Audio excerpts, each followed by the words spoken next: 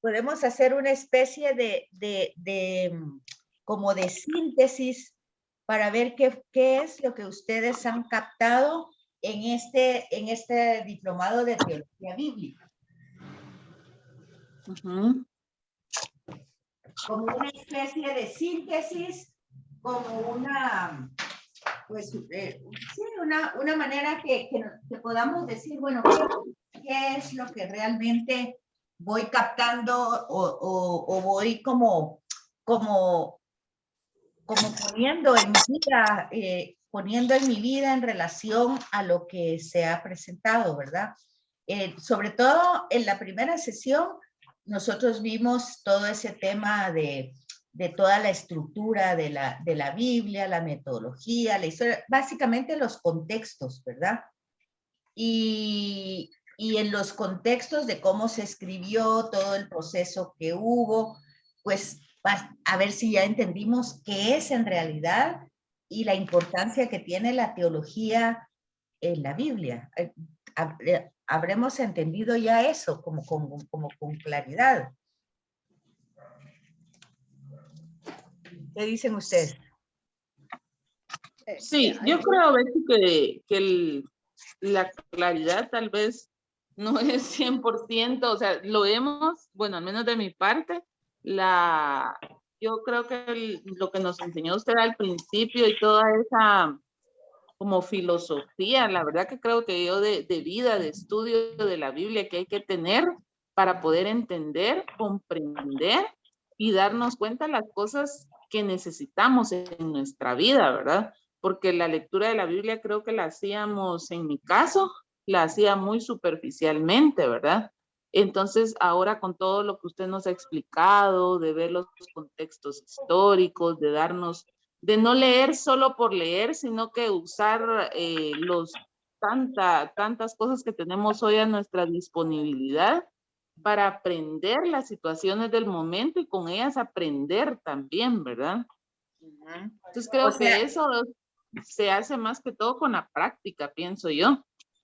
Sí, pero o sea que, por ejemplo, ya entendimos que la teología, que el lenguaje, digamos, el lenguaje que utiliza la Sagrada Escritura es un lenguaje teológico, es un lenguaje como especial. Ajá, no es un lenguaje popular, digamos. ¿Cómo? No es un lenguaje popular, por así decirlo. Bueno, lo que pasa es que tal vez sí es popular. Popular en aquel entonces. En una forma, pero también en otra manera es, por ejemplo, si nosotros hoy, por ejemplo, en la Biblia, el centro del conocimiento, el centro de las emociones, el centro de las buenas y las malas obras, ¿dónde está el centro en el cuerpo humano? ¿Dónde está ese centro en la Biblia? En el corazón. En el corazón. Entonces, si ustedes hablan eso de una manera y alguien le puede decir, bueno, pero eso no es cierto, pues, porque el corazón solo es un músculo. Ahí no hay nada. Ahí realmente no pasa nada.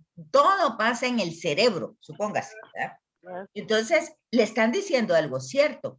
Pero usted tiene que entender que no es que la Biblia le esté hablando mentiras, sino que está usando un lenguaje teológico donde el corazón tiene pues la parte central de las emociones, de las buenas y las malas acciones. Entonces nosotros tenemos que ir entendiendo ese lenguaje, porque pensar que en un primer momento toda la tradición oral pues era eso, se utilizaba a través del lenguaje hablado. Fue un gran proceso de largos siglos. O sea, por ejemplo, la experiencia que se tenía con el ser superior en un ambiente politeísta, pues cada quien se lo aplicaba a distintas personalidades divinas y con todo eso de la mitología. Pero ya cuando se va desarrollando el monoteísmo, que empieza con Abraham, pues vamos viendo ese proceso, ¿verdad? Es un proceso que va a durar siglos, no pasa de un día a otro. Es decir,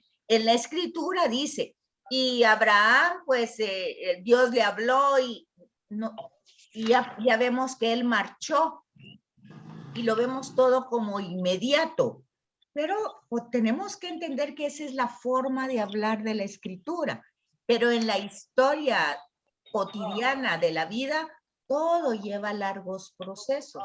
Entonces, por eso vamos a ver en cada personaje que va a tener recurrencias en sus antiguas estructuras, o sea, vamos a ir leyendo historias de fallas humanas y que no se trata de decir, ay, bueno, es que como es la Biblia, eso antes era permitido o eso antes...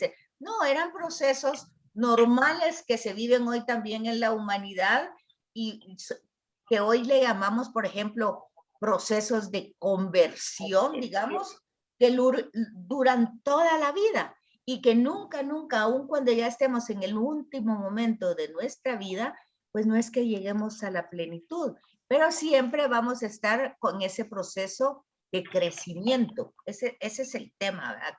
Que siempre se va creciendo, se va desarrollando, se va intuyendo cada vez más profundamente. Entonces ahí es donde nosotros tenemos que ir comprendiendo que hay un lenguaje que en ningún momento ni es infantil, ni es fantástico, o sea, de fantasía, sino que es un lenguaje teológico, donde las cosas, por ejemplo, si habla de los orígenes de la creación, pues entender que eso nadie lo vio para que lo cuente. Entonces, y si vamos a entender la revelación como que Dios le dijo cómo había sucedido, pues ya también estamos equivocados, porque ese es más que todo una reflexión monoteísta ante un ambiente politeísta donde se va diciendo, bueno, es que no debes adorar a la luna, al sol, a ninguna planta, a ningún animal, a ninguna parte de la naturaleza, porque todo forma parte de un creador. Él lo hizo uno solo. Entonces tú no tienes que quedarte con ninguna criatura. Ese es el lenguaje que va utilizando la Biblia.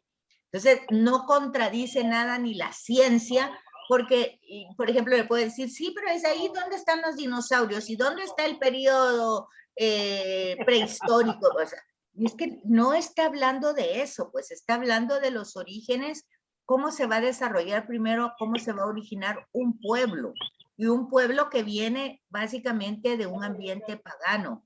Entonces, no sé si ustedes ya comprendieron eso. Esa sería la primera estructura a comprender.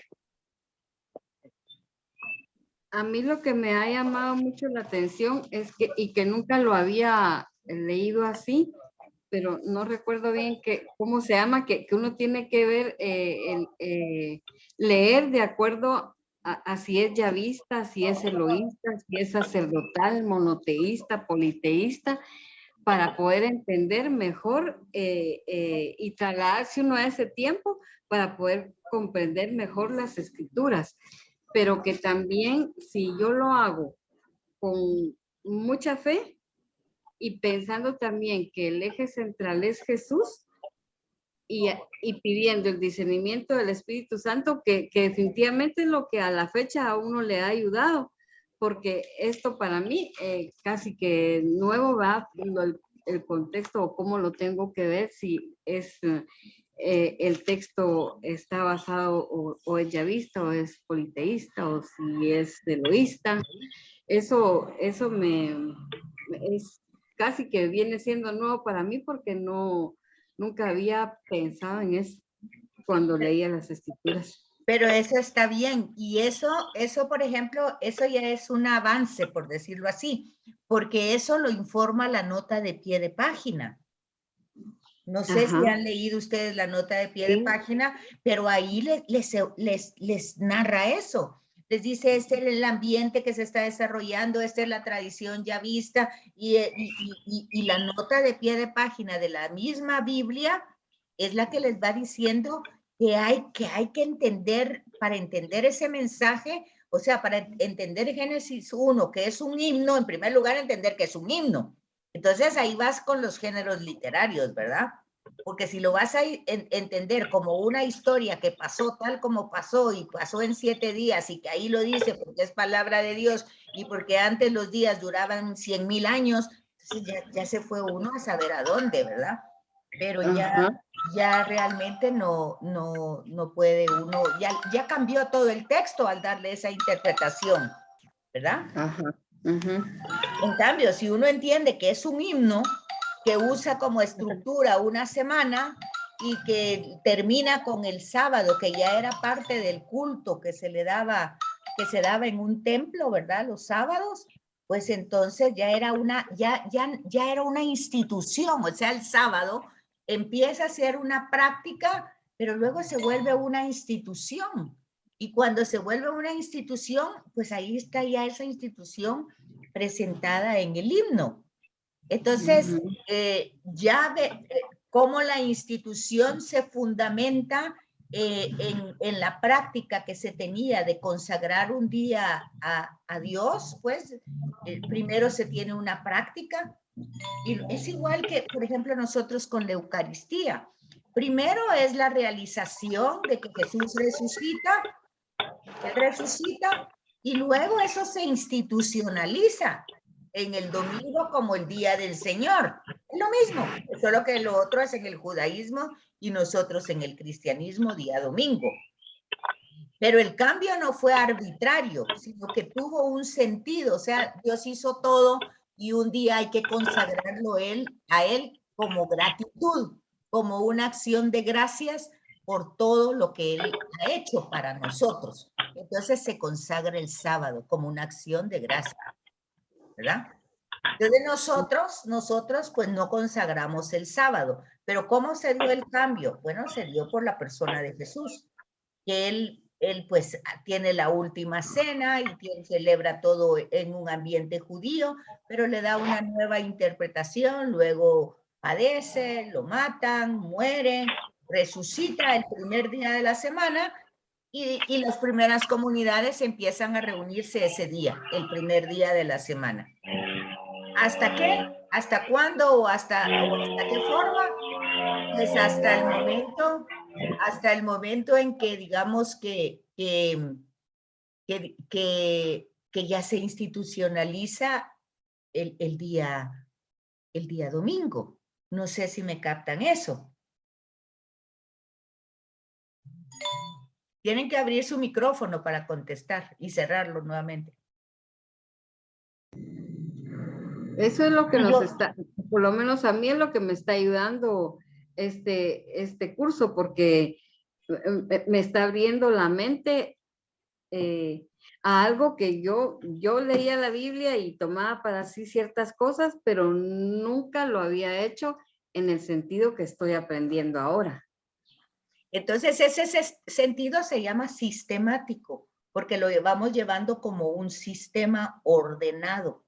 Es básicamente lo que dice Lucas en su evangelio a Teófilo, que se ha hecho muchas formas, se ha narrado mucho la historia de Jesús, pero él lo va a hacer de una manera sistemática, organizada, para que se pueda entender más.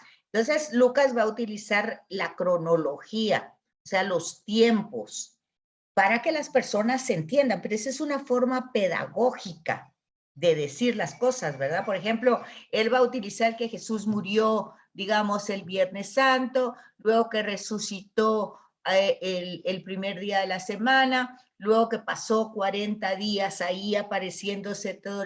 Eso lo va a contar Lucas, pero eso no lo va a contar así, no lo va a contar ni Marcos, ni Mateo, ni Juan. Eso lo va a contar Lucas. Y él explica por qué, porque lo va a hacer en una forma sistemática, organizada, con el fin de que sea entendido, y va a utilizar el cromos, o sea, el tiempo, para hacerle entendido como una forma pedagógica, didáctica en el tiempo. Sin embargo, si ustedes leen a San Juan, ustedes se van a dar que ese acontecimiento de la pasión de Jesús, de la muerte y de la resurrección y de la venida del Espíritu Santo pasa el mismo día en que él muere, el Viernes Santo. No, Juan no utiliza el tiempo. Juan utiliza el hecho salvador, y en ese mismo hecho salvador Jesús muere, resucita, sube al cielo y el Espíritu Santo viene a la comunidad que está al pie de la cruz. ¿Cómo pueden ver eso? Pues lo pueden ver con las notas de pie de página. Por eso, cuando se proclama el evangelio, dice según. Por eso esa palabra según, tiene que entender uno que no se dice solo porque se añade esa palabra, sino porque se dice porque es un enfoque que va dirigido a un grupo determinado, o sea, a unos destinatarios determinados, lleva un mensaje claro y uno tiene que irlo entendiendo, ¿verdad? Por ejemplo, cuando Lucas va a hablar de la ascensión de Jesús, que como estamos diciendo que está utilizando el tiempo, que sucede 40 días después de su resurrección, y luego 8 días después Pentecostés, que está usando eso, no significa que Jesús hizo un viaje cósmico, pues, y que se fue como que era un cohete a ver a qué otro planeta se iba.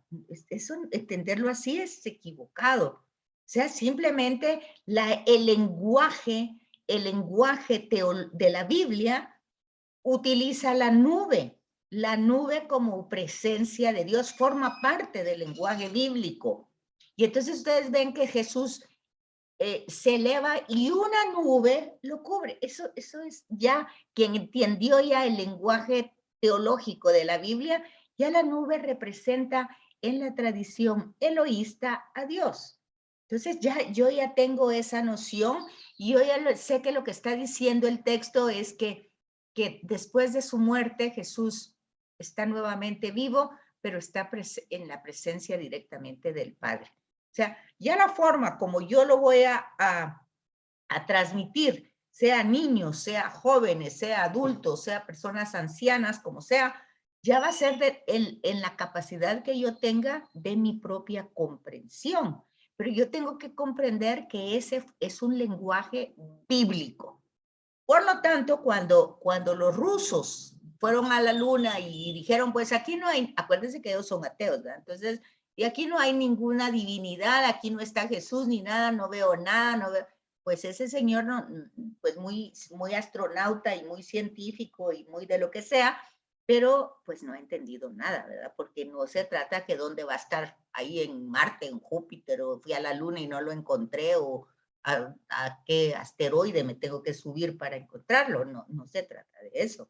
Es un lenguaje que nosotros tenemos que ir pues siendo, como dijera yo, como acostumbrándonos al lenguaje de la Biblia, que no contradice la ciencia porque la Biblia no está dando ninguna información científica. Por eso no habla ni de dinosaurios, ni de prehistoria, habla de una prehistoria de la fe, o sea, en un ambiente totalmente politeísta, claro, donde cada quien hace lo que sea como sea, aunque haya una ley natural, que es la que básicamente va a responder Abraham. Él responde a una ley natural, escucha o intuye o se relaciona con un solo ser y progresivamente se va desarrollando el monoteísmo.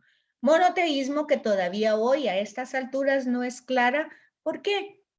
Porque otra vez lo mismo. Al nosotros quedarnos con las criaturas, ya sea una persona, ya sea un animal, ya sea una cosa, entonces al darle nosotros a esa criatura la dimensión de divinidad, pues nosotros caemos en politeísmo, así de sencillo. Y se llame eso nuestra autosuficiencia, pues es una imagen, ¿verdad? Donde nosotros podemos creer que somos muy capacitados para todo, pero la misma vida nos va a ir enseñando nuestros propios límites. Entonces vemos que desde el principio lo que está diciendo la escritura es que el ser humano tiene límites. No se trata de que Adán y Eva, dos personas, ¿verdad? De aquel tiempo que cometieron una falta y que durante mucho tiempo se ha pensado que era sexual. No es nada de eso. Es simplemente querer ser como Dios y hoy todavía se quiere ser como Dios. Y hoy lo vemos claramente con la guerra que se está desarrollando, lo vemos con el tema del virus que tenemos todavía. En fin, vemos que no tenemos la omnisciencia, pues que hay que estar probando qué mata el virus, qué no nos mata a nosotros. ahí vamos con la... Entonces no tenemos la omnisciencia, tenemos límites. Y en la guerra estamos viendo cómo el querer ser como Dios en una forma macra puede causar tanto mal a la humanidad entera. Es que lo estamos viendo. Entonces nos damos cuenta que el lenguaje bíblico, si lo entendemos, nos revela la realidad en que vivimos. Y entonces ahí entra un tema que es el del pecado, que es otro tema, que está desde el principio y que esa palabra ya no le gusta a la gente, pero ¿y qué hacemos? O sea, con quitar la palabra no quitamos la realidad, porque la realidad existe y tiene ese nombre. Claro que ese nombre es bíblico y hoy como ya no a la gente ya no le gusta mucho ese enfoque, pues utiliza palabras como errores humanos, como travesuras, como, ay, está loco o está loca, cosas así, ¿verdad? No, pero hay temas que realmente destruyen, y no solo destruye a la persona individual, sino también destruye a muchos más. Entonces ahí es donde nosotros tenemos que fijarnos de que la escritura nos está hablando, nos revela verdades que aún hoy son vigentes, que no son cosas que pasaron antes, sino que son cosas que siguen pasando. Entonces, ese es otro tema, el tema del pecado. No se trata de decir, por ejemplo, ay, que para la iglesia todo es pecado, que todo lo que me gusta o me engorda es pecado. No, no se trata de eso, no es lo que me gusta y me engorda es pecado. En lo que me gusta y me engorda, lo que pasa es que si no respeto límites, pues la que resulta arruinada soy yo. Entonces, los límites son importantes para tener una salud física y mental, ¿verdad? Entonces, Dios no va a resultar afectado porque yo me coma un pollo entero yo solita. O sea, la que se va a poner grave voy a ser yo. Entonces, no respeté un límite y la consecuencia está clara. Entonces, después decir Dios me castigó porque me comí un pollo, pues tampoco tiene sentido, ¿verdad? Porque no, simplemente la consecuencia de un propio acto. Por supuesto que ahí vamos a encontrar entonces en la imagen que se va dando al principio del Génesis, vamos a ir encontrando de la tradición ya vista, o sea, una forma de comprender a Dios, cómo después de que se cae en el pecado, que se comete, que se deja de respetar el límite, hay una cosa que nosotros tenemos que entender, que lo que es naturalmente humano y cotidiano lo vamos a entender como un castigo. Fíjense ustedes, porque no me van a decir que alguien había entendido que antes de Adán y Eva, que eso es, pues ya dijimos que es una generalidad. Pero bueno, si todavía seguimos pensando que es el nombre de un hombre y de una mujer, pues no es posible que se pueda dar esa comprensión en la escritura. En primer lugar, porque los nombres que aparecen como hijos de esa pareja son solo hombres. Entonces, ¿cómo podían multiplicarse? Entonces, no me vayan a decir que entonces ahora se entiende de que antes se multiplicaban hombres con hombres. Es que vean, si no entendemos el género, caemos en una serie de confusiones que para qué les digo, ¿o no? ¿Qué dicen ustedes? Tienen que abrir su... Sí, Miriam. Sí, ahí sí que lo que usted nos dice es 100% cierto, ¿verdad? O sea, si nosotros no comprendemos o vamos hacia donde todas las explicaciones que nos da la Biblia, tanto en los pies de páginas como en las otras situaciones que nosotros hemos buscado, o los ejercicios que usted nos ha puesto, eso es lo que nos ayuda a tener la comprensión y a entender el significado de lo que ahí dice, ¿verdad? Porque muchas veces, vuelvo y repito, estábamos acostumbradas a leer por encima, ¿verdad? Y lo que dice, y lo que decía Carmen Inés, ¿verdad? Y qué importante es saber dentro de qué tradición o qué contexto se desarrollan los acontecimientos del momento para poder entender qué es lo que yo quiero aplicar de eso a mi vida o poder entender qué es lo que yo quiero cambiar, ¿verdad? Exacto. Entonces, eso ya es muy importante porque ahí ya vamos entendiendo de que las cosas pues van teniendo esa claridad, que el texto no es una fábula, no es un mito, aunque utilice relatos mitológicos y aunque también utilice relatos de fábula, porque van a ver ahí ese género literario va a existir en la escritura. Pero también importa que cuando yo veo ese género literario, yo entiendo ese traspaso de la mitología al monoteísmo. Y entonces algo que se le aplicaba a muchos dioses, ahora se le aplica solo a uno. Mire, les voy a poner un solo ejemplo que tal vez les va a resultar chocante, pero que es así.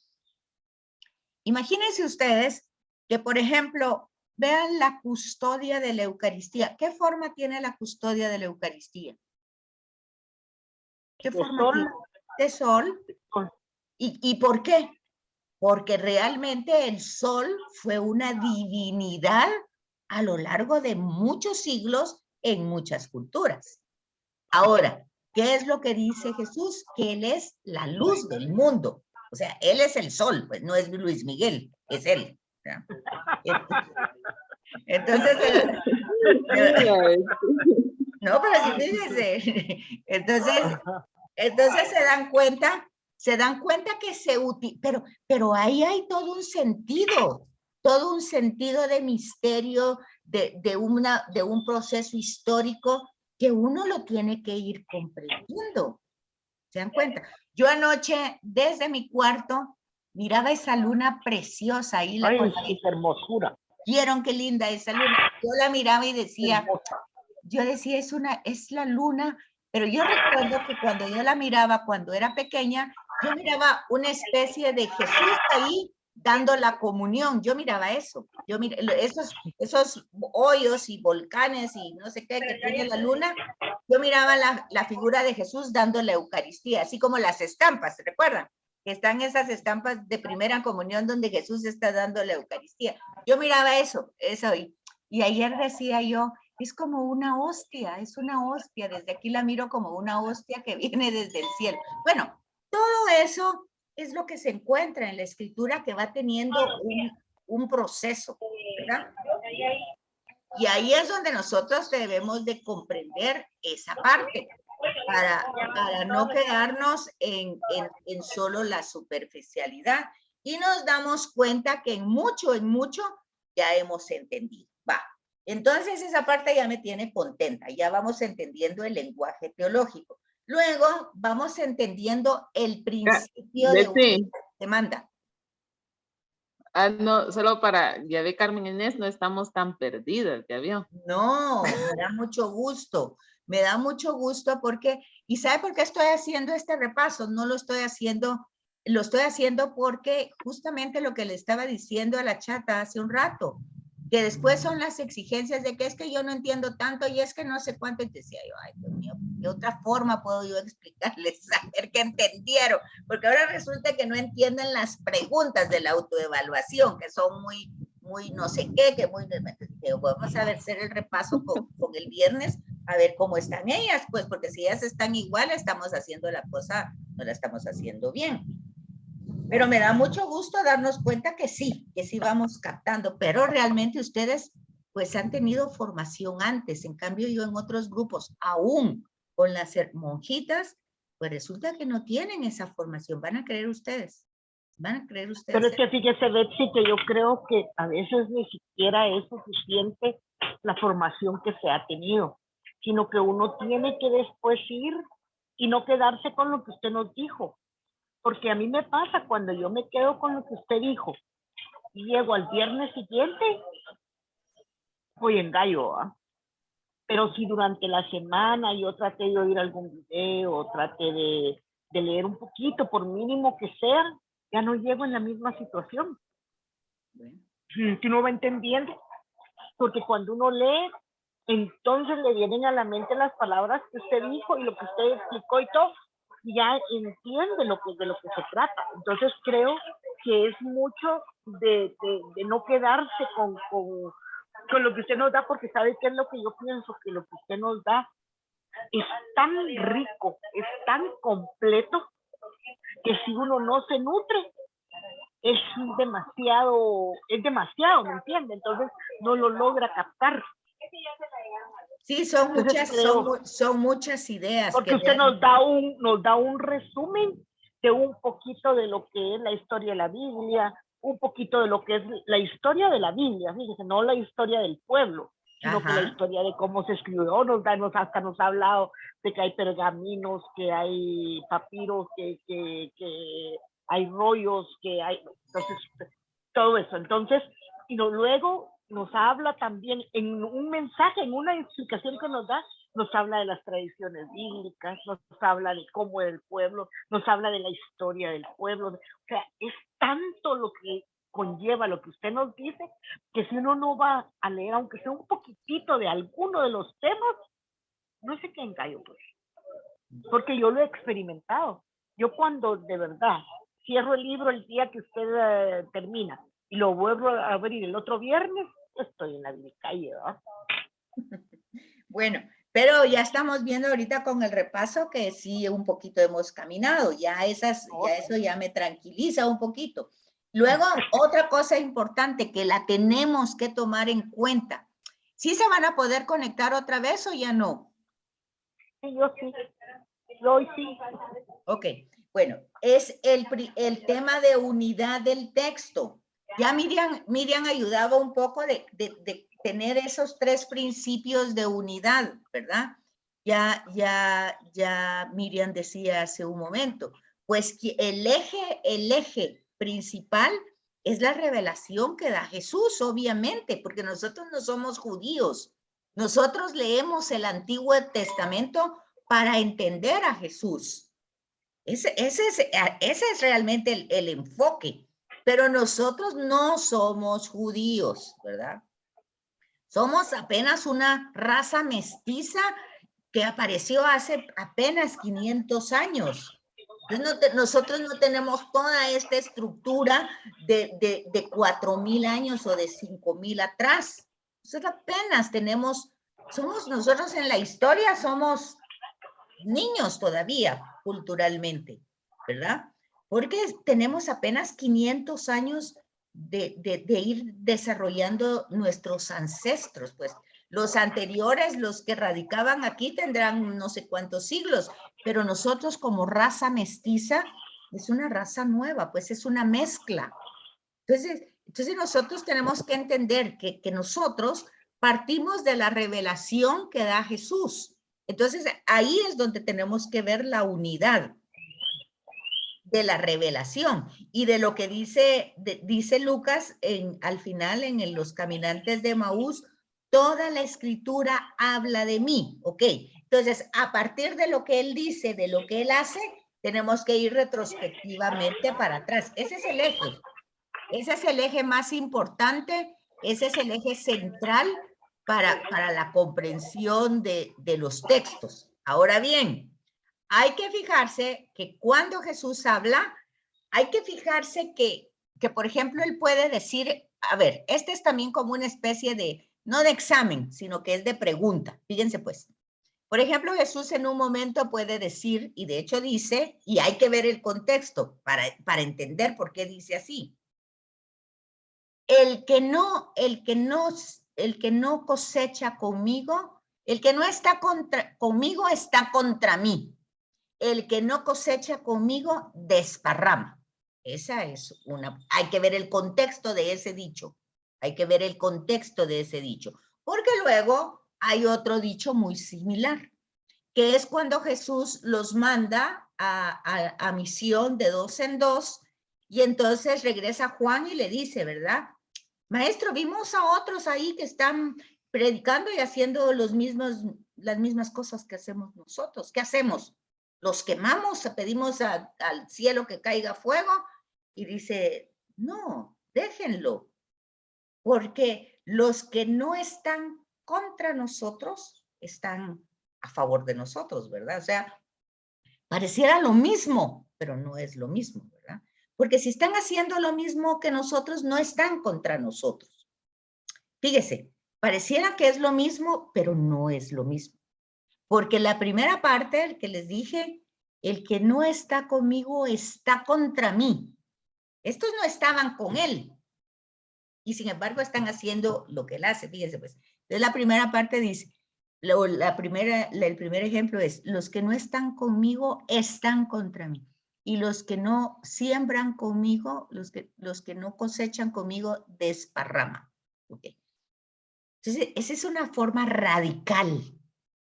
Pero luego hay otra donde ya no es tan radical.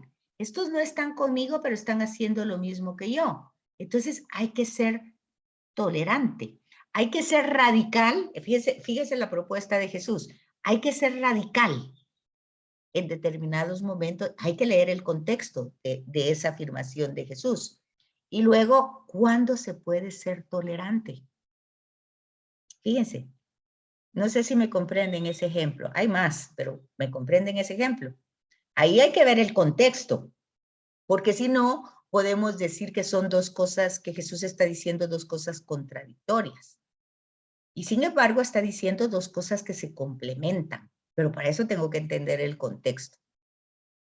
¿Qué dicen ustedes? ¿Lo comprendieron o no, lo que les dije?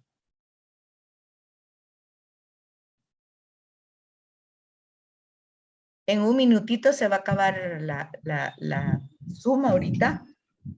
Más o menos vamos entendiendo. ¿Pero qué Hay que entendí? digerirlo bien. ¿Ah? Hay que digerirlo bien, digo. ¿Pero cómo lo digeriríamos ahorita, digamos?